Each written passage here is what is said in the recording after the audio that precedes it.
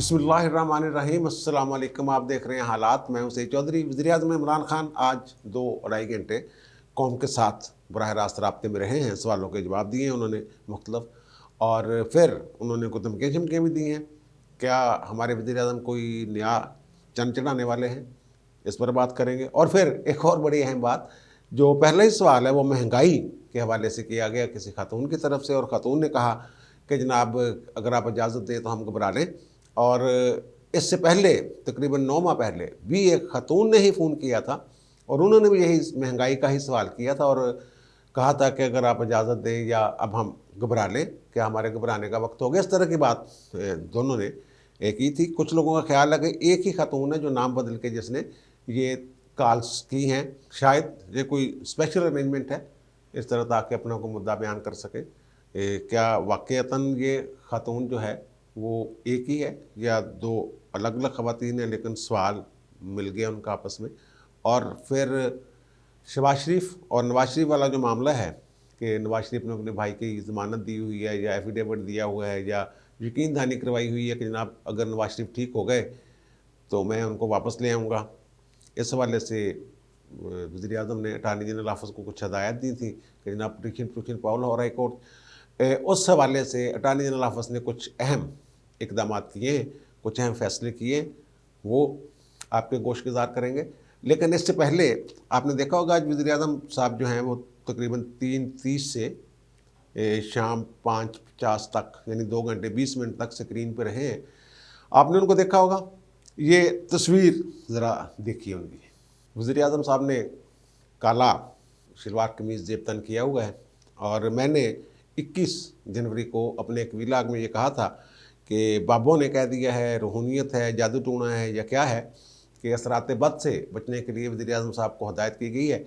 यह कहा गया है कि जनाब आपको काला जो जेब तन सूट करें या कोई भी जिस्म पे काला हिस्सा कपड़े का होना चाहिए। और वो वीडियो भी मैं आपको सुनवा देता हूँ। खान साहब जो हैं वो उन पे कोई बुरे असरात आ गए हैं, जिसकी वजह से ये बड़ी अजीब-ओ-गरीब सी खबर है कि जनाब वो अब उसका तोड़ जो है वो रूहानियत के ज़रिए जो करने की कोशिश की जा रही है वो ये है कि आप टेंशन न लें, बड़ा आसान सा हल है इसका। तो या तो अब आपके जिस्म के साथ कहा जा रहा है, मुझे किसी ने कहा है, अब देखते हैं जुमेरात तक क्या होता है।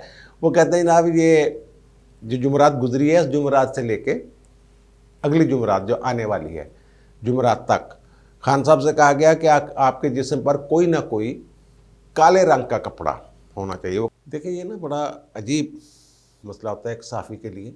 सहाफ़ी की खबर बाउंस हो जाए तो बड़ी गड़बड़ हो जाती है। मसलन वो हमारे एक सीनियर सहाफ़ी हैं, अब मैं नाम नहीं लूँगा उनका, वो जो मामला हुआ था कसूर में बच्ची का, तो उन्होंने बड़ी एक अजीब-ओ-गरीब स्टोरी डार्क वेब और पता नहीं क्या ले आए थे। उसके बाद फिर वो उनकी वो साख जो है वो बन नहीं सकी। उनकी सच्ची खबरों पे भी लोग जो हैं वो उस तरह यकीन नहीं करते। वो सुन लेते होंगे लेकिन वो, और सहाफ़ी के लिए सबसे जो उसको मताए अज़ीज़ होती है, कह लें आप, जो सबसे कीमती चीज़ होती है उसकी साख होती है। ये बड़ा मुश्किल था। मेरे सोर्स ने मुझे बताया था जनाब कि वो काले सूट साट पहन गए हम जुमेरात तक। तो मैंने, बहरहाल मेरे पास खबर थी, मैंने शेयर कर दी, लेकिन ख़तरा इसमें ये होता है ऐसी खबर के कि हो सकता है वो जनाब जिस वक्त मैं वीलॉग करके हटूँ उसके आधे घंटे बाद वो लाइव कोई शो कर रहे हो, टीवी में बैठे हों, कोई ख़िताब फरमा रहे हो, ख़िताब का तो उन्हें बड़ा शौक़ है ना, तो फिर वो उसको काला कोई जिस्म पे कपड़ा हो ही ना उनके। तो बहरहाल ये मैंने अपने सोर्स पे एतबार किया, लेकिन मैंने साथ डरते डरते कह भी दिया था कि अगर ये बात सच साबित हुई, आइंदा वो स्याह कपड़ों में नज़र आएंगे तो मैं कहूँगा मेरा सोर्स बड़ा पक्का। मैंने थोड़ी सी गुंजाइश रख ली थी इसमें। अच्छा, अब सहाफ़ियों की साख ना सिर्फ ये जो मैंने कह दिया, इसके अलावा जैसे मैं अपनी साख की बात कर रहा हूँ, सहाफ़ियों की साख, हालात ऐसे बेयकीनी की सूरत हाल है मुल्क में कि बहुत सारे सहाफ़ियों की जो सहाफ़त है या उनका जो सहाफ़ती साख है, वो क्रेडिबिलिटी जो है वो दांव पे लगी हुई है। अब देखें ना, 2 किस्म के इस वक्त जो तजज़िया नगार हैं वो टीवी चैनल्स पे बैठ के, बड़े बड़े तजज़िया नगार, कुछ लोगों का ख्याल है कि जनाब पेज फट गया है, और पेज फटने के बाद इस्लामाबाद जो है भाई यारो मददगार है, रावलपिंडी वाले कुछ ऐसा करेंगे कि इमरान खान साहब नहीं रहेंगे। कुछ टाइम भी दिया जा रहा है, फरवरी मार्च। मैंने भी कहा हुआ है कि फरवरी मार्च बड़े क्रूशल हैं, और कि खान साहब गए, आज गए कि कल गए। एक तबका ये है, उसमें बड़े बड़े साफ़ी हैं, और दूसरा तबका ये है कि जनाब नहीं, वो पेज जो है वो ऐसी बातें हैं, हल्की फुल्की मौसीकी होती रहती है, जैसे शेख रशीद साहब कहते हैं, कोई बड़ा कुछ नहीं होने वाला, 5 साल पूरे करेगा। दोनों के पास अपने अपने दलाइल हैं, अपनी अपनी इन्फॉर्मेशन है। मैं ये नहीं कहता कि जिनके पास 5 साल वाली इन्फॉर्मेशन है वो गलत है, मैं ये भी नहीं कहता कि जिनके पास चंद माह वाली इन्फॉर्मेशन है, चंद हफ्तों वाली इन्फॉर्मेशन है वो गलत है। यहाँ हालात कुछ ऐसे होते हैं कि बाज़ औक़ात आधे घंटे बाद ही सूरत हाल तब्दील हो जाती है, कोई बीच में बंदा पड़ जाता है, फैसले बदल जाते हैं। ज़ाहिर है दोनों तरफ के जो ग्रुप्स हैं, दोनों तरह के जो ग्रुप्स हैं, वो मैं ये नहीं कहता कि किसी की लाइन पे चल रहा है या किसी और की लाइन पे चल रहा है।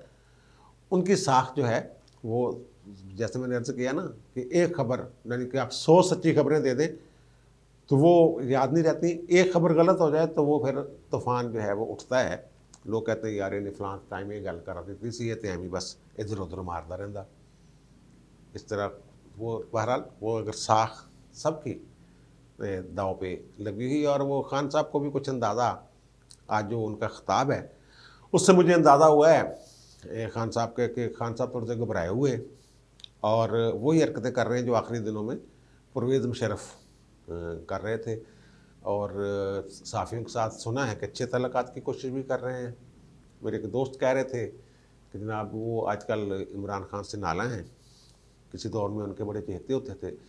वो कहते हैं जनाब उन्हें वज़ीर-ए-आज़म हाउस से फ़ोन शुन आया है कि जनाब आएँ, आके बैठें, गपशप करें, चाय पीते हैं, कुछ इस तरह की बात, यानी तल्लुकात की बहाली की बात, इस तरह की बातें भी हो रही हैं। अब आते हैं हम उस तरफ कि जो मैंने अर्ज़ किया शहबाज शरीफ वाली बात। फवाद चौधरी ने बड़ा रौला डाला हुआ था 10 दिन के अंदर पिटीशन दायर होगी, तो मैंने कहा कोई नहीं हो रही पिटीशन अभी दायर। फिर जब बाकायदा काबीना ने मंजूरी दी और हदायत दी गई अटार्नी जनरल को, तब भी मैंने कहा कि अटार्नी जनरल बहुत सारी चीज़ें जो हैं पहले वो मशरूत तौर पर वो कह रहे हैं कि जनाब आमादगी ज़ाहिर कर रहे हैं, ज़ाहिर ओबे करना होता है, हुक्म तो ओबे करना ही होता है, लेकिन उन्होंने कुछ शराइत रखी हैं कि ये करें। तो फिर उन्होंने पंजाब हुकूमत से कहा था कि जनाब आप पता करें, उनकी जो रिपोर्ट्स हैं, मेडिकल रिपोर्ट्स, वो आपके पास आती हैं, उनका तजज़िया करवाएं। वो बोर्ड शोर्ड बनाया, बोर्ड ने कहा जनाब ये वो रिपोर्ट्स नहीं है जिनकी बुनियाद पे हम कुछ फ़ैसला कर सकें। तो बहरहाल अब अटार्नी जनरल ऑफिस मेरी इत्तला के मुताबिक ये हदायत की है या कहा है, कह लें आप, पंजाब हुकूमत को कि जो 16 नवंबर 2019 की जजमेंट है उसमें जो शहबाज शरीफ और नवाज शरीफ के बयान अल्फी लगे हुए हैं या यकीन दहानियाँ लगी हुई हैं कि वापस आएंगे, उसमें एक ये नुक्ता भी है कि उनकी जो रिपोर्ट है वो वक्तन फ़क्तन पंजाब हुकूमत को वो भेजते रहेंगे मेडिकल रिपोर्ट। तो वो इस हवाले से पंजाब हुकूमत से ये कहा गया है कि आप शहबाज शरीफ को एक ख़त लिखें कि जनाब आपने वादा किया था कि भाई साहब की जो रिपोर्ट्स हैं, मेडिकल रिपोर्ट्स, वो पंजाब हुकूमत को भेजते रहेंगे। अगर से अब उसका एक थोड़ा सा एक और इशू भी है इसमें, वो देखें क्या जवाब देते हैं शहबाज शरीफ। जब नवाज शरीफ की इस्लामाबाद हाई कोर्ट ने मेरे खिलाफ 8 हफ्तों के लिए ज़मानत ली थी बीमारी की बिना पर, और उसके बाद उन्होंने मामला भेज दिया पंजाब हुकूमत को कि पंजाब हुकूमत के पास भी ये इख्तियार है कि उनकी ज़मानत ले सकती है। फिर जब मेडिकल रिपोर्ट्स की बुनियाद पर पंजाब हुकूमत ने, ये जा चुके थे मुल्क से, तो उन्होंने उनकी जो ज़मानत थी उसमें तस्हीह नहीं की थी, यानी वो ज़मानत उनकी मुस्तरद हो गई थी। वो जो दूसरे केस में, अरशद मलिक वाले केस में जो उसकी बात कर रहा हूँ, एवनफील्ड वाली भी कैंसिल हो चुकी हुई है उनकी। तो बहरहाल वो रिपोर्टों वाला मामला इस हद तक इस्लामाबाद, लेकिन ये लाहौर हाई कोर्ट वाला मामला है। मिस्टर जस्टिस अली बाकर नजफी और मिस्टर जस्टिस सरदार अहमद ने इन्हें जजमेंट दी थी 16 अबूरी इंटेरम आर्डर है वो, इनको बाहर जाने की इजाज़त दी थी 4 हफ्ते के लिए कि 4 हफ्ते के अंदर अंदर अगर दुरुस्त सेहत याब हो जाते हैं तो वापस आ जाएंगे, अगर सेहत याब नहीं होते तो फिर वो रह सकते हैं उस वक्त तक जब तक उन्हें डॉक्टर इजाज़त ना दे। एक तो अटार्नी जनरल ऑफिस ने यह कहा कि आप रिपोर्टें मंगवाएं, इनसे ख़त लिखें, मे भी नवाज शरीफ को भी ख़त लिखा जाए, लेकिन शहबाज शरीफ को ख़त लिखा जाएगा। और दूसरा फ़ैसला ये किया उन्होंने कि इन्होंने अपनी ये जो यकीन दहानियाँ थी उनमें ये अदालत से कहा था कि अगर अदालत हुकूमत को ये शक हो कि नवाज शरीफ बिल्कुल सेहतयाब हो चुके हैं और वो जानबूझकर नहीं आ रहे, बहाने कर रहे हैं, तो फिर ये हाई कमीशन का नुमाइंदा जो है पाकिस्तान का, वो उनके मालिकीन से मिल सकता है। और शहबाज शरीफ साहब ने ये ज़िम्मेदारी ली हुई है कि अगर ये मालिज मिलने जाता है वहाँ, तो वो फैसिलिटेट करेंगे उसको, सॉरी मालिज से मिलने जाता है अगर हाई कमीशन का नुमाइंदा, तो वो फैसिलिटेट करेंगे उनको, मुलाकात शुलाकात जो है वो करवाएंगे उनकी। ये दो चीज़ें हैं जो अटॉर्नी जनरल ऑफिस ने मांगी हैं। एक तो ये कि ख़त लिखेगी हुकूमत, ख़त नहीं लिखेगी, हदायत जारी करेगी हाई कमीशन को कि जनाब अपना एक नुमाइंदा शमाइंदा भेजें, और फिर शहबाज शरीफ को पंजाब हुकूमत जो है वो कहेगी कि रिपोर्ट दें, और साथ ही वो नुमाइंदे वाली बात भी उनको याद करवाएंगे, जजमेंट भेजेंगे कि जनाब आपने ये वादा किया हुआ है तो आ जाए, अब वो करें फैसिलिटेट हमारे नुमाइंदे को और मालिकीन से बुलवाएं उनको। अच्छा, अब आते हैं जो एक लोगों का ये ख्याल है कि जनाब इमरान खान साहब ने अब जो पहली कॉल ली है वो सईदा नाज नाम की खातून थी जो रावलपिंडी से, वो कह रही है मैं बोल रही हूँ, तो उन्होंने महंगाई का वही बात की कि महंगाई बहुत है, ये है वो है। 1 साल पहले आपने ये कहा था कि महंगाई कम हो जाएगी, कम नहीं हुई, और क्या हम घबरा लें इस तरह की बात। और एक खातून ने 9 माह पहले तकरीबन, जब ये इसी तरह अवाम के साथ राब्ते में थे, और उस वक्त भी एक खातून थी, उनका नाम था अमरीन कयूम, वो कहती थी मैं इस्लामाबाद से बात कर रही हूँ। उन्होंने भी यही बातें की थी कि महंगाई बहुत हो गई है, ये है, गुजारा नहीं हो रहा। और फिर आपने कहा था घबराना नहीं, अगर इजाज़त दे तो घबरा लें थोड़ा सा। तो बहुत सारे लोगों का ये ख्याल है हमारे ऑफिस में भी कि शायद ये एक ही खातून है जिसने नाम बदल कर ये किए। अब हमारे पास फॉरेंसिक की वो सहूलत तो है नहीं, लेकिन हमारे प्रोड्यूसर साहब जो हैं बड़े वो करू हैं, तो उन्होंने दोनों आवाज़ों का जो मुवाजना किया है अपने, वो देखा दुखा है, उन्होंने कोई मैनुअल सिस्टम है उनके पास, उससे अंदाज़ा हो जाता है कि जनाब ये एक ही आवाज़ है या मुख्तलिफ आवाज़ें या बात बदल के, वो एक खातून नहीं है। दोनों का जो लहजा है वो मुख्तलिफ है। हम दोनों ख़वातीन के जो हैं वो आपको साठ जो हैं वो सुनवा देते हैं, आपको ख़ुद भी अंदाज़ा हो जाएगा अगर गौर से सुनेंगे। मैं अमरीन कयूम बात कर रही हूँ इस्लामाबाद से। मैं एक हाउस वाइफ हूँ। मेरे हस्बैंड प्राइवेट जॉब करते हैं। मैं महंगाई के बारे में बात करना चाहती हूँ कि महंगाई जो है वो दिन ब दिन बढ़ती जा रही है और गुजारा मुश्किल हो रहा है। तो खुदारा आप अपना वादा पूरा करें और महंगाई को कंट्रोल करें। अगर आप ये नहीं हो सकता तो फिर आप जो डे फर्स्ट से कह रहे हैं कि आपको घबराना नहीं है, तो फिर आप हमें घबराने की इजाज़त दे दें। मैं रावलपिंडी से सईदा नाज बात कर रही हूँ और मैं एक हाउस वाइफ हूँ। मैं वज़ीर-ए-आज़म साहब से महंगाई पे सवाल करना चाह रही हूँ।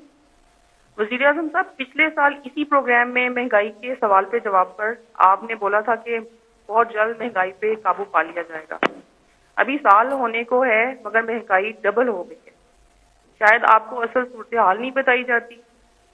आप और कुछ नहीं कर सकते तो प्लीज़ ऑनलाइन जाकर आटे की और दाल की चेक कर लें और हमें बता दें कि अब तो हमें घबरा लेना चाहिए। वो क्योंकि अलग अलग अगर सुने तो लगता है एक ही खातून है। हमारी जो मैनुअल फॉरेंसिक रिपोर्ट है उसके मुताबिक वो सईदा नाज और अमरीन कयूम अलग अलग ख़वातीन है।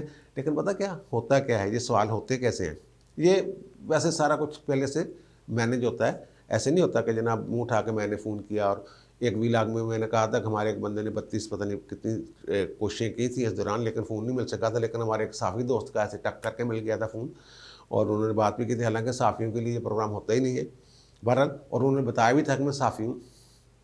लेकिन ये इसलिए सवाल ताकि वो सफाई, ऐसी बातें जो वज़ीर-ए-आज़म साहब बयान फरमाना चाहते होते हैं वो सवाल एक कर लिया। तो महंगाई का लफ्ज़ बोल के महंगाई का एक सवाल वो कर दिया उन्होंने, तो फिर वज़ीर-ए-आज़म साहब को मौका मिलता है कि वो अपनी सफाई उसमें पेश कर सकें।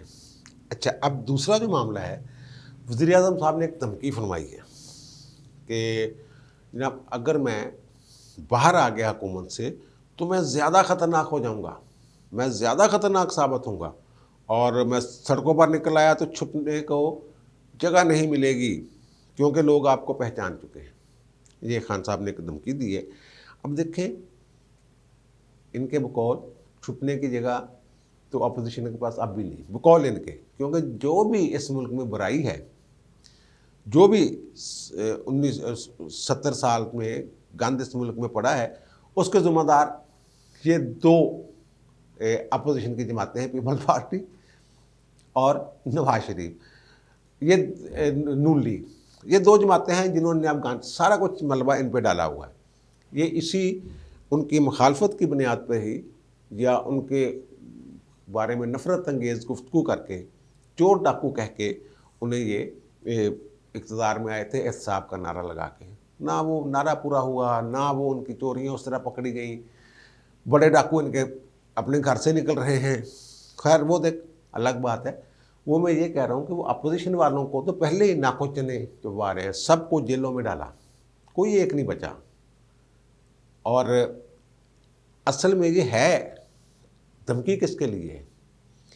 ये धमकी उन लोगों के लिए है जिनके बारे में मैंने कहा कि कुछ साफ़ियों की साख जो है वो दाव पर लगी हुई है कि जनाब पेज फट गया है। मेरे ख्याल में ये अपोजिशन यानी कहते ना कि सुनाना धी नूं, कहना धी नूं ते सुनाना नौं नूं, ये उस तरह का मामला है। ये अपोजिशन का नाम लेके उन लोगों को सुना रहे हैं कि जनाब मैं फिर सड़कों पे निकल आऊँगा, मैं नवाज शरीफ नहीं हूँ। ये पहले भी इनके मुंह से बात निकल चुकी हुई है कि मैं नवाज शरीफ नहीं हूँ, चुप करके नहीं बैठूँगा, और मुझे निकाला गया तो मैं ये कर दूँगा, और मुझे निकाला गया तो मैं ये कर दूँगा, बहुत सारे राज खोल दूँगा, फलां चीज़ कर दूँगा, धरने दूँगा। और मैंने कल परसों एक वीलाग में कहा भी था कि ये फिर मजमे लगाएंगे, और उसमें मैंने ये मिसाल भी दी थी कि जैसे हमारे मदारी जो हैं मजमा गिर, वो जनाब चादर क्या कहते हैं, चादर अब 6 फुट ऊपर जाएगी, 6 फुट नीचे आएगी, लोग इकट्ठे हो जाते हैं। लेकिन अब खान साहब के पास वो जादुई ताकत रही नहीं लोगों को इकट्ठा करने की। और दूसरी बात ये कि अगर खान साहब को हटाया जाता है और ये अपोजिशन में चले जाते हैं, ज़ाहिर सड़कों पे आए जो भी करें, उनको जो भी हुकूमत इक़्तिदार में आएगी उसको मैंडेट किसने दिया है? मैंडेट तो अवाम ने दिया है ना। इसका मतलब ये अवाम के दिए गए मैंडेट को या अवाम के इक़्तिदार आला को कबूल करने के लिए तैयार नहीं, और ये फिर ख़तरनाक हो जाएंगे। उस वक्त इन्होंने ख़तरनाक नहीं होना, इन्होंने गुमनाम होना है, और इन्होंने फिर पता नहीं पाकिस्तान में होना भी है या नहीं होना। और फिर एक और बात, वो मैंने पहले भी जिक्र किया, खान साहब जब बात करते हैं तो वो जब ललकारते हैं तो फिर वो ये नहीं देखते कि उसमें जनाब अखलाकियात क्या है। वो मोदी को भी जो भी कहना है नाम लेके, बजाय इसका कि भारत कहें, सीधा सीधा मोदी इंज ते मोदी फलाना ते मौजूदी जालम ते मौजूदी हिटलर। इसी तरह ये अपोजिशन को, अब इन्होंने कहा मैं घटिया लोगों के खिलाफ खड़ा हूँ।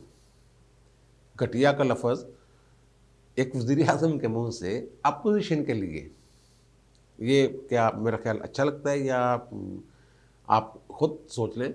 बहरहाल कुछ मारीन नफ्सियात का ख्याल है कि जब इस तरह जो लब लहजा वज़ीर आज़म साहब इख्तियार कर रहे हैं, एक तो ये कि खुदपसंदी ले डूबती है, जनाब मैं तो ठीक हूँ, मैं सब कुछ ठीक कर रहा हूँ, ये जो सारा गंद है, ये गंद इतना ज़्यादा डाल गया कि मुझसे उठाया नहीं जा रहा। और फिर दूसरी बात कि वो जिस सतह पर गिराना चाहते हैं मुखालफिन को घटिया कह के या कुछ और कह के, चोर डाकू कह के, तो उनके जहन में कहीं ना कहीं एक लाइन होती है कि किसी वक्त वो भी इस सतह पर, उस निचली सतह पर आ सकते हैं। बहरहाल देखें अब आगे क्या होता है। फिर उन्होंने फरमाया जनाब मैं शहबाज शरीफ से हाथ नहीं मिलाता। लोग कहते हैं, वो कहते हैं मैं शहबाज शरीफ को समझते ही नहीं कि जनाब ये कोई अपोजिशन लीडर है। ये भी अवाम के जो मैंडेट है, जो अवाम ने उन्हें हक़ दिया है, शहबाज शरीफ को इतनी अक्सरियत दी है कि वो अपोजिशन लीडर के तौर पर असम्बली में बैठे। खान साहब कहते हैं जनाब मैं तो उन्हें हाथ नहीं मिलाता, मैं मेरी नज़र में तो वो चोर है, पता नहीं क्या है, इस तरह की बात। बहरहाल मरीम नवाज़ ने जो चंगा जवाब दिता, और वो कहती हैं कि खान साहब रोने धोने के ड्रामे छड़ दिओ हुण, ਇਹਦਾ कोई फ़ायदा नहीं, समान चुको तो जाओ, निकलो नीवे नीवे होके। और फिर कहा कि जनाब वही बात कि वो धमकियाँ शमकियाँ गिदड़ बपकियाँ ना दें। ये गिदड़ बपकी उन्होंने इनको नहीं दी, मेरे ख्याल में गिदड़ बपकी उनको दी है जो कहते हैं कि फरवरी के बाद हमें वो खान साहब जो है, वो मैंने कहा था ना, वो कहते हैं कि मैंने वो GHQ की खबर है कि ये खान साहब कब तक इक़्तिदार में रहेंगे, तो वो कहते हैं शायद फरवरी के आखिर तक, इस तरह की बातें। और फिर यही कि डिलीवर नहीं कर किया उन्होंने, फ़लाँ नहीं किया, ये नहीं किया, तो मैं अब क्या करूँ सबसे। हाँ, वो कह रहे हैं कि जनाब ख़जाना खाली था जब हम आए। यहाँ ये दौर भी रहा है इस मुल्क में कि सिर्फ ज़र मुबादला के ज़खायर 2 अरब रह गए थे, और ये कह रहे हैं अभी तक हमारे पास 27 अरब हैं। और जो छोड़ के गए थे वो गए थे 16-17 इसके अरब के करीब, नून लीग कहती है हम छोड़ के गए थे। तो फिर ख़जाना खाली उन्होंने अगर 3 अरब 2 अरब वालों ने संभाला था इक़्तिदार और फिर बचा लिया था दिवालिया होने से मुल्क को, आपके पास तो काफ़ी पैसे छोड़ के गए थे। खान साहब वैसे नहीं छोड़ते बड़ी हैं, वो कहते हैं IMF के पास गया तो वो कर लूँगा मैं खुदकुशी। यार ये खान साहब की जो पुरानी तकरीरें हैं ना वो सुने ना। वैसे आज भी उन्होंने कुछ 2-2.5 घंटे आपने बर्दाश्त किए हैं, तो बहरहाल उसमें 10-15-20 मिनट मेरे भी शामिल कर लें तो मुझे भी बर्दाश्त कर लें। खान साहब वो कहते हैं ना वो गैस निकल आई है, गीस होगी समुंदर में से, अगर लीक होगी तो पता नहीं क्या हो जाएगा, लीक भी हो सकती है और फिर वो लीक होगी। और खान साहब अपनी तकरीर में जो फरमा रहे थे कि KP में कुआं खोदते हैं तो गैस निकल आती है और लोगों को घरों में कनेक्शन दिए हुए। यार ये कोई मंतिक, कोई लॉजिक, कोई साइंसी असूल किसी से भी वाकिफ़ नहीं है खान साहब। बहरहाल अब खान साहब घबराए हुए एक खान है, वो कहते थे ना कि घबराना नहीं, वो हमें तो यही कहते रहेंगे घबराना नहीं, घबराना नहीं। और उन साफ़ियों के जिनके साथ वो राब्ते कर रहे हैं उन्हें भी कह रहे हैं घबराना नहीं, मैं अभी हूँ। अब वो हैं या नहीं हैं ये चंद हफ्तों की बात है, मुझे तो लग रहा है। अब मुझे दीजिए इजाज़त, इंशाल्लाह दोबारा मुलाकात होती है नए व्लॉग के साथ। अल्लाह हाफ़िज़।